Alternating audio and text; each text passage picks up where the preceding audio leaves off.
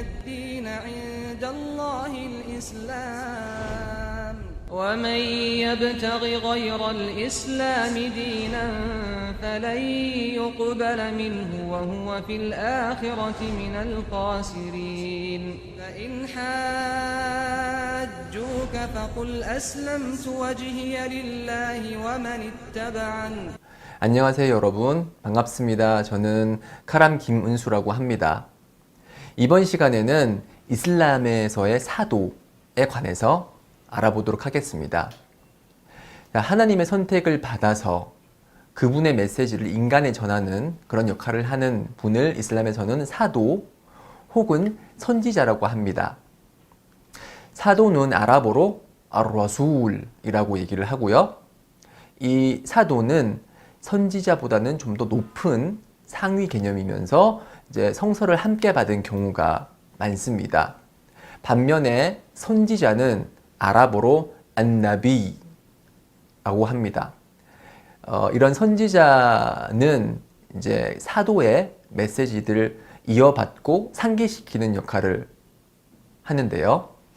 하디스, 즉 무함마드 언행록에 따르면 선지자는 12만 4천 명, 그리고 사도는 약 310명, 다른 전승에 의하면 315명이라고 그렇게 언급이 되어 있습니다. 그래서 가장 마지막 사도는 이제 이슬람의 그런 선지자이자 사도이신 무함마드입니다. 그리고 가장 최초의 선지자는 아담이고요. 그리고 가장 최초의 사도는 노아입니다. 그래서 이렇게 선지자와 사도를 구분하는 것이 이제 이슬람의 특징 중에 하나인데요. 여기서는 아담과 그리고 주요 사도들에 관해서 간단히 알아보도록 하겠습니다. 제일 먼저 아담에 관해서 좀 설명을 드리자면요. 아담은 하나님께서 흙으로부터 창조하신 최초의 인류고요. 그렇게 흙으로 모양을 빚어서 당시 그 재질이 마치 사기 그릇과 같은 똑똑 치면 통통통 소리가 나는 그런 조각상 모양으로 아담은 누워 있었죠. 그때는 이제 그 영혼이 없었지만 하나님께서는 그런 영혼을 아담의 그런 그 조각상에 불어 넣으셨고, 그래서 아담은 영혼이 불어 넣어졌을 때 처음에 재채기를 하면서 이제 일어납니다. 그렇게 해서 이제 아담이 창조가 되었고요. 아담의 갈비뼈로부터 이제 하와, 보통 이제 이브라고 그렇게 알고 계시죠? 이브를 이제 창조를 하셨습니다. 그래서 그 둘은 천국에서 살면서 배고픔이나 갈증을 느끼지 않으면서 아주 편하게 지낼 수 있도록 하나님께서 약속을 하시고 배려를 하셨습니다. 그렇지만 하나님께서는 이 나무의 열매만은 먹지 말라라고 하셨는데요. 그때 이제 사탄이 와서 이 열매를 먹으면은 니네들이 영원한 삶을 얻을 것이다. 그리고 천사가 될 것이다. 라고 하면서 아담과 이브를 유혹했습니다. 그래서 아담과 이브는 하나님과의 약속, 즉 이 나무의 열매를 먹지 않겠다는 그런 성약을 잊게 됐고요. 망각한 나머지 그 둘은 열매를 먹게 되었습니다. 그래서 그 둘이 이제 열매를 먹게 되자 보이지 않았던 부끄러운 부분이 보이게 되었고, 천국의 나뭇잎으로 그 부끄러운 부분을 이제 가렸죠. 그 이후에 아담과 이브는 하나님께 용서를 구했고요. 하나님께서는 그 두 명을 용서를 하셨습니다. 용서를 하시면서 명령하시길 당분간 지구에서 살라. 그래서 지구에서 너희들은 살고 죽고 그 후에 다시 부활할 것이다 라고 하나님께서 약속을 하셨습니다. 그래서 아담의 자손들이 지구에서 살기 시작을 했고요. 저를 포함한 전 인류는 아담의 자손이라고 그렇게 얘기를 할 수 있겠습니다. 아담 이후에 이제 중요한 첫 번째 그런 사도는 노아를 들 수가 있습니다. 아랍어로는 누라고 하고요. 그 당시 노아가 보내질 때는 모든 사람들이 유일신 사상으로서 하나님을 경배했습니다. 그러다가 이제 신앙심이 뛰어난 성인들이 있었고요. 그 성인들이 죽고 나서 그들의 훌륭한 그런 행위를 기리기 위해서 조각상을 만들기 시작했습니다. 그래서 사람들은 처음에는 조각상을 만들 때는 그 사람들을 떠올리기 위해서였지만 시간이 지나고 후대로 갈수록 그 조각상을 마치 하나님처럼 하나님과 대등한 존재를 두면서 숭배를 하기 시작을 했습니다. 이것이 인류 역사상 최초의 우상 숭배가 되고요. 이러한 이유로 이슬람은 조각상을 금지를 합니다. 비근한 예로 이제 삼국지에 보면은 관우 있죠. 관우의 조각상이 있고, 그리고 관우의 조각상을 숭배하는 종교가 있다는 걸 알고 계시나요? 중국에 존재를 합니다. 관우의 조각상이 처음에 만들어졌을 때는 관우의 그런 용병술과 용감함을 존경하기 위한 의미였지만 지금은 그를 숭배하는 하나의 종교로 바뀌게 되었습니다. 그래서 이런 종교적으로 변질될 수 있는 위험이 있기 때문에 사람의 조각상은 이슬람에서 허락을 하지 않는 것이죠. 네, 그래서 노아는 하나님의 명령을 받아서 950년 동안 사람들에게 하나님 한 분만을 경배하라고 그렇게 메시지를 전했습니다. 그렇지만 오직 소수만이 노아의 부름에 따랐고요. 그래서 하나님께서는 이제 계시를 내리셔서 너와 함께 있는 믿는 사람 이외에는 더 이상 믿는 사람이 없을 것이다 라고 말씀하시면서 배를 만들어라, 배를 건조해라 라고 했습니다. 앞으로 있을 커다란 대홍수를 준비하라는 것인데요. 이제 노아가 이렇게 방주를 만들 때마다 지나가는 사람들이 비웃었죠. 야, 여기는 육지인데 바다는 저기 멀리 있는데 여기서 배를 지어서 못 하겠다는 거냐 라고 그렇게 비웃었고, 결국에는 커다란 비가 내리면서 땅의 지하에 있었던 물조차 올라오면서 커다란 이제 홍수가 발생을 해서 방주에 타고 있던 노아와 그리고 믿는 사람들과 이제 동물들은 익사를 면했고요. 나머지 같이 있었던 그 당시 사람들은 다 익사를 하게 됩니다. 그 이후에 또 비와 홍수가 다 그치고 주디라는 산에 이제 그 방주는 정착을 하게 됩니다. 그래서 방주에 살아있던 사람들이 육지로 내려와서 다시 믿는 자로서의 새로운 삶을 시작을 하게 됩니다. 이것이 이제 노아의 삶의 일부분, 이제 중요한 부분들 중에 하나고요. 그 다음으로 유명한 그리고 중요한 사도는 아브라함이 있죠. 아브라함이 살아있을 당시에 사람들은 조각상을 만들어서 그 조각상을 숭배를 했습니다. 우상을 만들어서 우상을 숭배를 한 것이죠. 그 당시 이제 나이가 어렸던 그 아브라함은 그것이 유일신 사상에 어긋나는 것임을 알고 있었습니다. 하나님을 경배해야 되는 우리의 의무를 저버리고 하나님 이외의 것을 경배한다는 걸 알고 있었고요. 그래서 그 당시 아브라함과 함께 있던 사람들은 축제로 다 나가게 됐고요. 이제 혼자 남아있는 아브라함은 도끼를 가지고 우상들이 모여있는 장소로 갑니다. 그래서 모든 우상들을 다 파괴를 하고 다만 하나의 가장 커다란 우상을 남겨뒀는데요.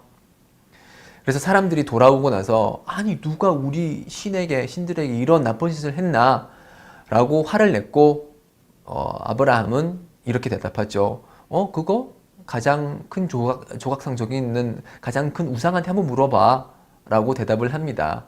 이에 사람들은 아니 어떻게 말 못하는 조각상한테 우리가 물어볼 수 있냐 라고 반문을 했고, 아브라함은 한 번 더 반문을 하면서 그러면은 말 못하는 조각상을 당신들은 왜 숭배를 하냐 라고 하면서 우상 숭배의 무모함을 비판을 했죠.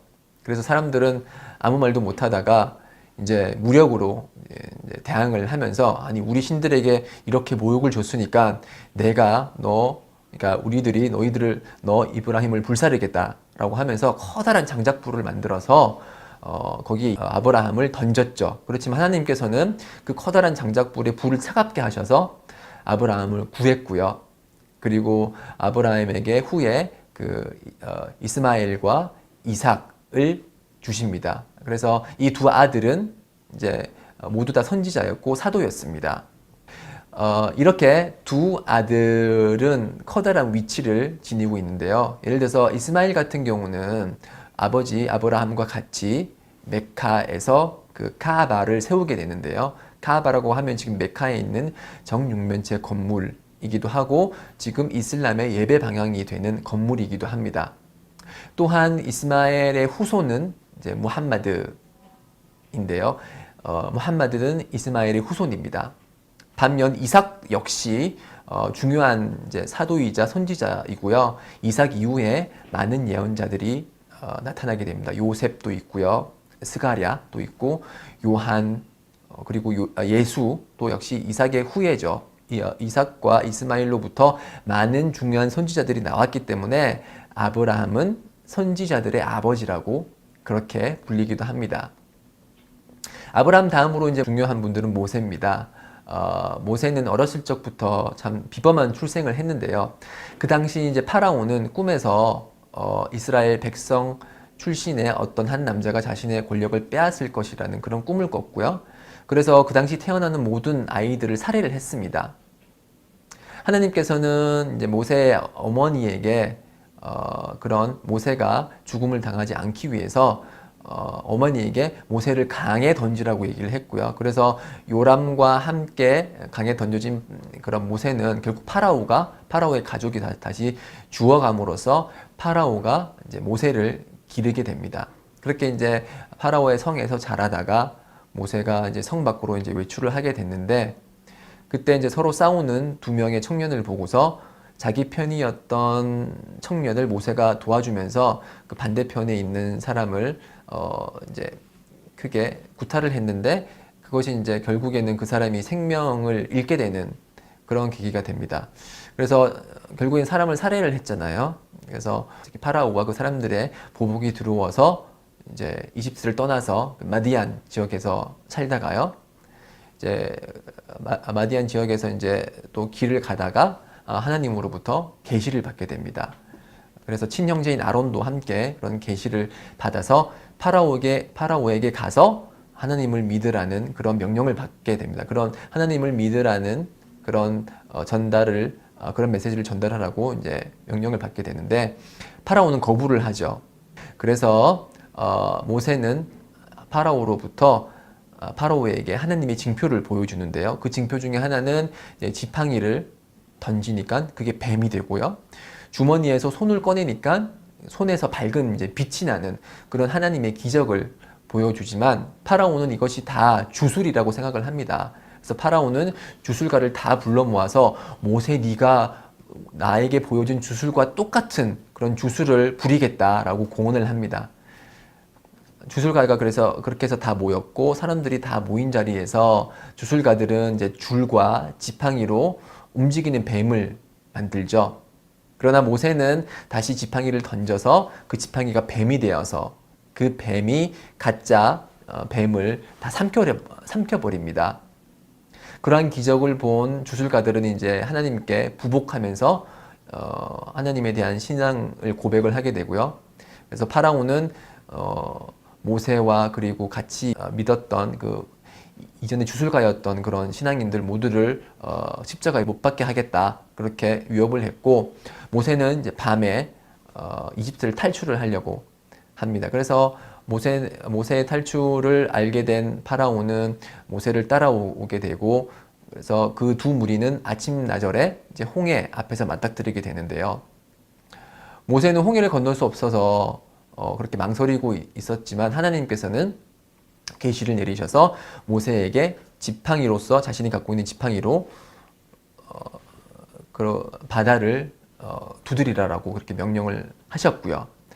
지팡이를 홍해를 두드리니까 홍해가 갈라지면서 모세와 그리고 모세와 함께 있던 신앙인들은 무사히 홍해를 건너게 되지만, 뒤따라오던 파라오는 홍해가 이제 다시 제자리를 찾게 됨으로써 모두 익사를 하게 됩니다. 이것이 이제 모세에 관한 중요한 내용 중에 하나고요. 그 다음에 이제 예수가 있죠. 예수는 이제 모세 이후에 하나님의 사도고요. 모세의 출생이 비범했다면은 예수의 출생은 비범을 넘어선 기적입니다. 이것이 이슬람의 믿음인데요. 어머니 마리아가 이제 잉태를 하게 되죠. 아버지 없는 잉태를 하게 되는 것은 가브리엘 천사가 와서 어머니 마리아에게 예수를 불어넣게 되고, 그렇게 해서 탄생한 예수는 어렸을 적부터 사람들에게 말을 합니다. 처음으로 이제 요람에서 말을 하게 된 예수는 이렇게 얘기를 하죠. 나는 하나님의 사도이며 내가 하나님으로부터 성서를 받았다, 이렇게 선언을 합니다. 그리고 더 자라서는 사람들에게 여러 기적을 행하는데요. 죽은 자를 살리고 어렸을 적부터 장님이었던 그런 장님을 눈을 뜨게 하는 여러 기적들을 행했습니다. 그럼에도 불구하고 당시 유대인들은 예수가 하나님의 사도임을 부정하고 그를 살해하려고 했었죠. 유대인이 살해를 책략하는 동안 하나님께서도 책략하셨고 유대인들이 예수를 잡아서 십자가에 못 박히려고 하기 전에 하나님께서는 예수를 하늘로 올려보내십니다. 그래서 이슬람의 믿음은 예수는 십자가에 못 박히지 않으셨고 지금 예수는 하늘에 계시면서 심판의 날이 다가오길 기다리고 있습니다. 그래서 심판의 날이 가까워오면은 예수가 다시 지구로 내려와서 적 그리스도, 아랍어로는 다잘이라고 하는데요. 적 그리스도와 싸워서 승리한 후에 자연사를 합니다. 그리고 다시 이제 심판의 날이 다가오면 다른 사람들과 함께 부활을 한다는 것이 이슬람의 믿음입니다. 그리고 부활하고 나서 하나님으로부터 다른 사람들과 마찬가지로 심판을 받게 되고요. 자, 이들 모두는 가장 훌륭한 사람들입니다. 사도들 모두는 가장 훌륭한 사람들이었기 때문에 하나님께서 직접 선택을 받으신 분들이고요. 그리고 그들은 실수를 할지언정 대죄를 짓지는 않습니다. 예를 들어서 성경에 나와 있는 것처럼 부하 아내가 목욕하는 모습을 보고 그 미모에 반해서 아내를 빼앗는다거나 아니면은 송아지를 만들어서 하나님 대신 숭배하라고 그 송아지를 숭배하라고 명령하는 그러한 모습은 이슬람에서는 있을 수 없는 일이죠. 그리고 그들 모두는 피조물이자 인간입니다. 인간이 인간을 숭배하지 않습니다. 이슬람에서는. 피조물이 피조물을 숭배를 하지 않는 거죠. 피조물은 오직 창조주, 창조자 한 명만을 숭배를 합니다. 그렇기 때문에 우리 무슬림은 예수를 숭배하지도 않고 무함마드를 숭배하지도 않습니다. 그것이 아마 기독교와 이슬람의 가장 큰 차이점이 아닐까 생각을 합니다. 네, 이렇게 짧게 이슬람에서의 사도에 관해서 잠시 설명을 드렸습니다. 이슬람이에 약간이나마 도움이 되길 바라는 심정에서 이렇게 녹음을 진행을 했습니다. 여러분에게 도움이 되길 바라면서 저는 또 다음 기회를 통해서 찾아뵙도록 하겠습니다. 감사합니다.